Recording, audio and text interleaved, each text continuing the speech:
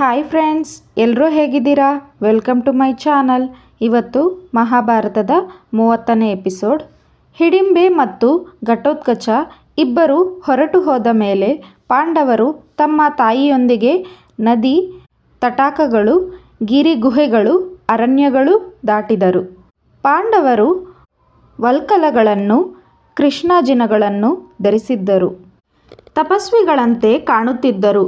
ಅವರು ಸಮಯವನ್ನು ವೇದಾಂಗಗಳು ಕುರಿತು ಚರ್ಚೆಯಲ್ಲಿ ಕಳೆಯುತ್ತಿದ್ದರು.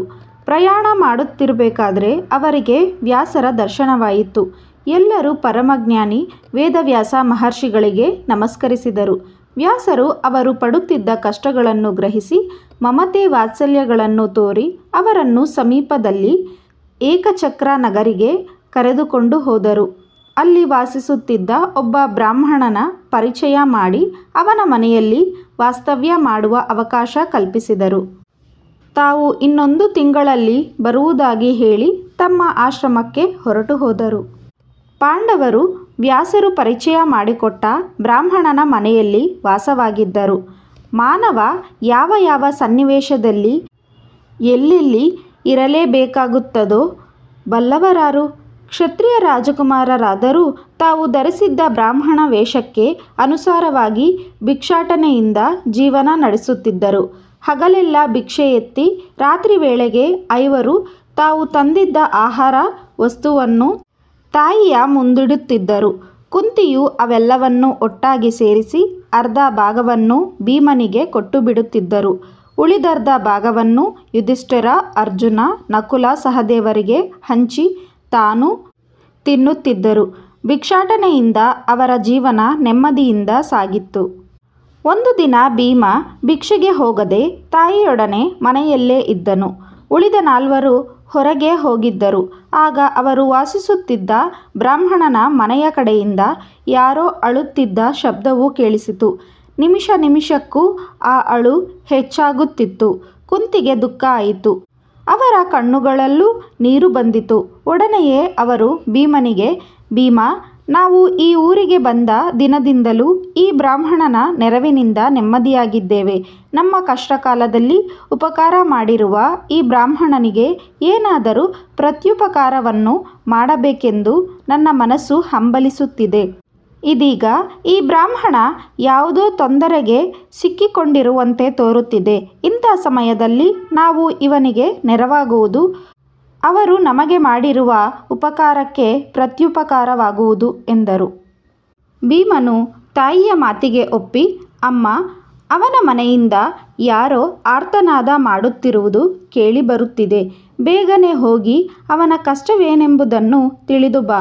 ಅವನ ಕಷ್ಟವನ್ನು ನಾನು ಪರಿಹರಿಸುವೆನು ಎಂದನು. ಕುಂತಿಯು ಕೂಡಲೇ ಮನೆಯೊಳಗೆ ಹೋದರು. ಅಲ್ಲಿ ಅವರು ಕಂಡ ದೃಶ್ಯ ದಾರುಣವಾಗಿದ್ದಿತು. ಬ್ರಾಹ್ಮಣ, ಅವರ ಹೆಂಡತಿ ಹಾಗೂ ಮಕ್ಕಳು ದುಃಖಿಸುತ್ತಾ ತಲೆ ತಗ್ಗಿಸಿ ಕುಳಿತಿದ್ದರು. ಕುಂತಿಯು ಅವರನ್ನು ಸಮೀಪಿಸಿ, ಅಯ್ಯ, ಯಾಕೆ ಹೀಗೆ ದುಃಖಿಸುತ್ತಿದ್ದೀರಿ? ಏಕೆ ಅಳುತ್ತಿರುವಿರಿ? ನಿಮಗೊದಗಿರುವ ಕಷ್ಟವಾದರೂ ಏನು ಎಂದು ಕೇಳಿದರು.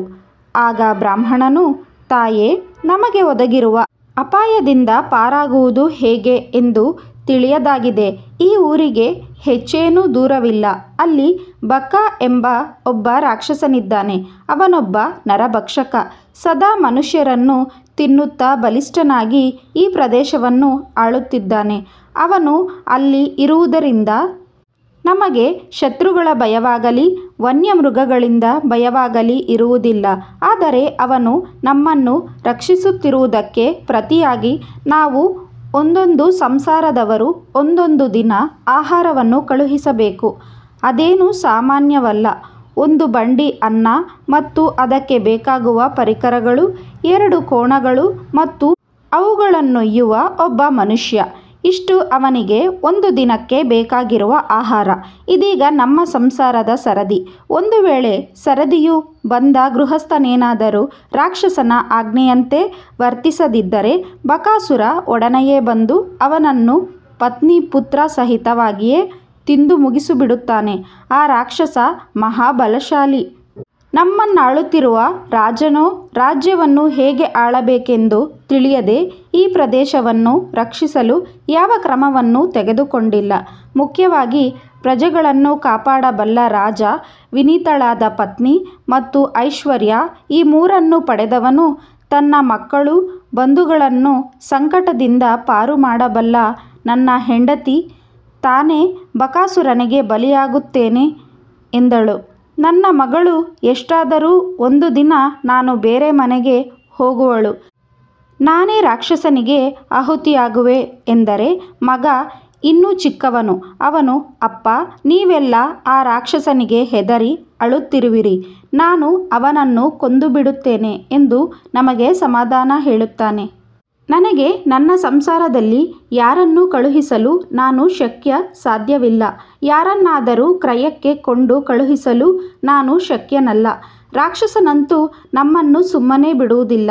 ಹೀಗಾಗಿ ನಾನು ನನ್ನ ಮಗ, ಮಗಳು ಮತ್ತು ಹೆಂಡತಿಯೊಂದಿಗೆ ಕೂಡಿಯೇ ರಾಕ್ಷಸನ ಬಳಿಗೆ ಹೋಗಲು ನಿರ್ಧರಿಸಿದ್ದೇವೆ. ನಮ್ಮ ನಾಲ್ವರಲ್ಲಿ ಯಾರೋ ಒಬ್ಬರು ಹೋದರೂ ಉಳಿದವರು ಬದುಕಲಾರರು.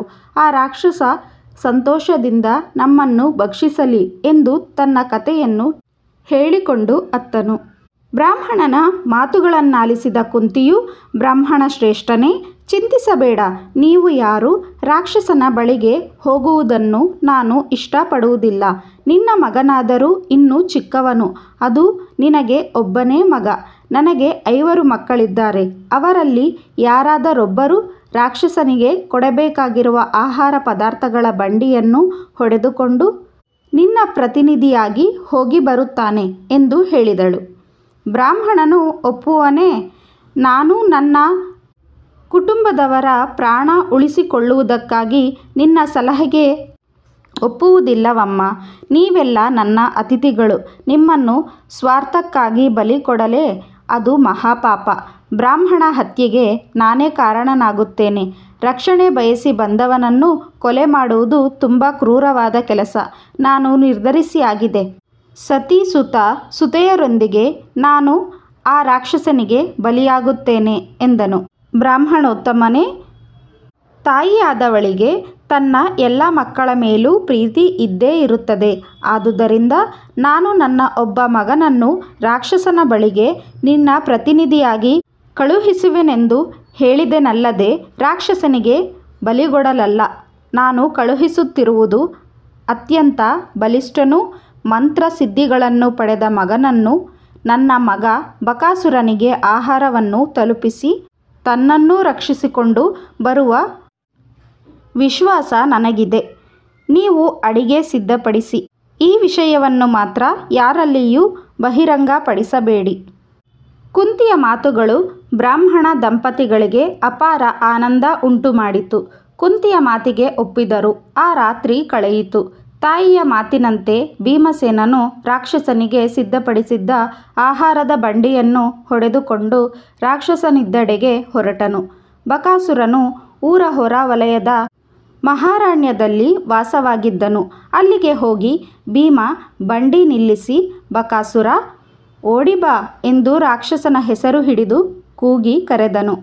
ಅದುವರೆಗೂ ಅವನನ್ನು ಹಾಗೆ ಹೆಸರು ಹಿಡಿದು ಕರೆದವರೇ ಇಲ್ಲ. ಬಕಾಸುರನಿಗಂತೂ ಅದು ಹೊಸ ಅನುಭವವೇ. ಭೀಮನ ಕೂಗು ಕೇಳಿ ಬಕಾಸುರ ಕೆಂಡಮಂಡಲವಾದನು. ತನ್ನ ನಿವಾಸವನ್ನು ಬಿಟ್ಟು ಭೀಮನಿದ್ದಡೆಗೆ ಓಡಿ ಬಂದನು. ಭೀಮನಿಗೆ ಬಂಡಿಯಲ್ಲಿದ್ದ ಭಕ್ಷ್ಯಗಳ ಪರಿಮಳ ಬಾಯಲ್ಲಿ ನೀರೂರಿಸಿತು. ಅವನಿಗೆ ಯಾರದೇನೋ ಆತಂಕ. ಊಟಕ್ಕೆ ಕುಳಿತೇ ಬಿಟ್ಟನು.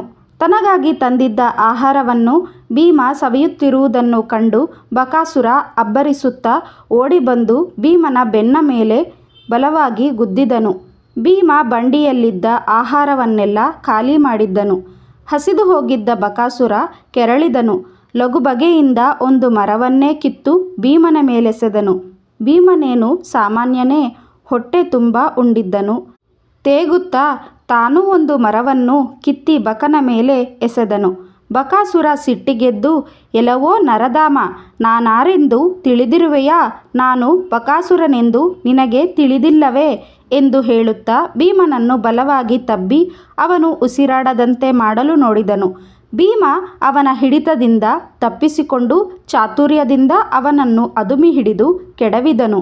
ಕುತ್ತಿಗೆ ಅವುಕಿ ಸೊಂಟದ ದಟ್ಟಿ ಹಿಡಿದು ಲಟಲಟನೆ ಮುರಿದು ಹಾಕಿದನು. 2 ಮಂಡಿಗಳಿಂದಲೂ ರಾಕ್ಷಸನನ್ನು ಬಲವಾಗಿ ಪ್ರಹರಿಸಿದನು. ಬಕಾಸುರ ಇಡೀ ಊರಿಗೆ ಕೇಳಿಸುವಂತೆ ಭಯಂಕರವಾಗಿ ಅರಚುತ್ತಾ ರಕ್ತಕಾರಿ ಕೊನೆಯುಸಿರೆಳೆದನು. ಪರ್ವತಾಕಾರವಾಗಿದ್ದ ಅವನ ದೇಹ ದೊಪ್ಪೆಂದು ಕೆಳಗೆ ಬಿದ್ದಿತು. ಪೊದೆ ಪೊಟರೆಗಳಲ್ಲಿದ್ದ ಅವನ ಕಡೆಯ ರಾಕ್ಷಸರು ಓಡೋಡಿ ಬಂದರು. ಭೀಮ ಅವರನ್ನೆಲ್ಲ ಕಂಡು, ಎಲವೋ ಕುನ್ನಿಗಳಿರ, ಇನ್ಯಾರಿಗೂ ತೊಂದರೆ ಕೊಡದಿದ್ದರೆ ಬದುಕುತ್ತೀರಾ, ಇಲ್ಲದಿದ್ದರೆ ನಿಮಗೂ ಬಕಾಸುರನಿಗೆ ಆದ ಗತಿ ಎಚ್ಚರ ಎಂದು ಅಬ್ಬರಿಸಿದನು. ರಾಕ್ಷಸರು ಓಡಿಹೋದರು. ಅನಂತರ ಭೀಮನು ಬಕಾಸುರನ ಹೆಣವನ್ನು ಎಳೆದು ತಂದು ನಗರದ ಮಹಾದ್ವಾರದಲ್ಲಿ ಹಾಕಿ ಯಾರಿಗೂ ತಿಳಿಯದಂತೆ ಮನೆಗೆ ಹಿಂದಿರುಗಿದನು. ಯುಧಿಷ್ಠಿರನಿಗೆ ನಡೆದ ಸಂಗತಿಯನ್ನೆಲ್ಲ ತಿಳಿಸಿ ಮಲಗಿ ನಿದ್ರಿಸಿದನು. ಮರುದಿನ ಬೆಳಿಗ್ಗೆ ಊರ ನಾಗರಿಕರು ಬಕಾಸುರನ ಮೃತದೇಹ ಕಂಡು ಚಕಿತರಾದರು. ಅವರಿಗೆಲ್ಲ ರಾಕ್ಷಸನನ್ನು ಸಂಹರಿಸಿದವರು ಯಾರು ಎಂದು ತಿಳಿಯುವ ಕುತೂಹಲ ಉಂಟಾಯಿತು. ಎಲ್ಲರ ಸರದಿ ಮುಗಿಸಿದ್ದ ಬ್ರಾಹ್ಮಣನ ಮನೆಗೆ ಬಂದರು. ಬ್ರಾಹ್ಮಣನನ್ನು ಬಕಾಸುರನ ವಧೆ ಹೇಗಾಯಿತೆಂದು ಕೇಳಿದರು. ಆದರೆ ವಿಪ್ರಶ್ರೇಷ್ಠನು ಕುಂತಿಗಿತ್ತಿದ್ದ ಮಾತಿನಂತೆ ಕುಂತಿಯ ಮಗ ಬಕನನ್ನು ಕೊಂದನೆಂದು ಹೇಳಹೋಗದೆ ತನ್ನ ಸಂಕಟ ಪರಿಹಾರಕ್ಕಾಗಿ ಯಾವನೋ ಬ್ರಾಹ್ಮಣ ಸಿದ್ಧ ಪುರುಷ ಬಂದು ತಾನೇ ರಾಕ್ಷಸನಿಗೆ ಆಹಾರವನ್ನು ಕೊಂಡು ಹೋದನೆಂದು ಬಹುಶಃ ಅವನೇ ಬಕಾಸುರನನ್ನು ಕೊಂದಿರಬೇಕೆಂದು ಹೇಳಿದನು. ಜನ ಅದನ್ನೇ ನಿಜವೆಂದು ನಂಬಿ ಸರದಿ ಬ್ರಾಹ್ಮಣನನ್ನು ಕೊಂಡಾಡಿದರು.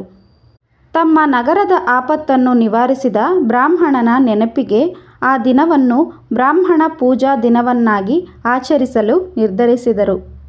ಪಾಂಡವರು ತಮಗೊಂದೂ ತಿಳಿಯದಂತೆ ಎಂದಿನಂತೆ ಅದೇ ಬ್ರಾಹ್ಮಣನ ಮನೆಯಲ್ಲಿ ವಾಸ್ತವ್ಯ ಮುಂದುವರೆಸಿದರು. ಈ ವಿಡಿಯೋ ನಿಮಗೆ ಇಷ್ಟ ಆಗಿದ್ದರೆ ವಿಡಿಯೋನ ಲೈಕ್ ಮಾಡಿ, ಶೇರ್ ಮಾಡಿ, ನಮ್ಮ ಚಾನಲ್ನ ಸಬ್ಸ್ಕ್ರೈಬ್ ಮಾಡ್ಕೊಳ್ಳಿ. Thank you for watching.